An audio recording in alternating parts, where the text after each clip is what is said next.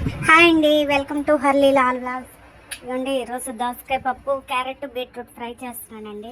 దోసకాయ మునక్కాయ పప్పు చేస్తున్నానండి. ఇంకా సమ్మర్ వచ్చేసింది కదా, ఇంకా దోసకాయ పప్పులు, సొరకాయ పప్పులు ఇవే ఉంటాయి. ఇలా ట్రై చేసి చూడండి. దోసకాయను మునక్కాయ వేసి పప్పు ఇదిగోండి కుక్కర్ కొట్టేసాము. అయిపోయిన తర్వాత మునక్కాయలని డివైడ్ చేసేస్తానండి. పసుపు, ఉప్పు, కారం వేసేస్తున్నాను. వేసిన తర్వాత మెదిపేసి మునక్కాయ ముక్కలు తీసేసానండి. తీసేసి పప్పును మెదిపేసాను.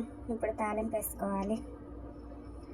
జీలకర్ర, ఆవాలు వేసి, ఈ పప్పులు వేస్తే తినరండి శనగపప్పు తాలింపు గింజలు, అందుకని నేను ఎప్పుడు వేయను.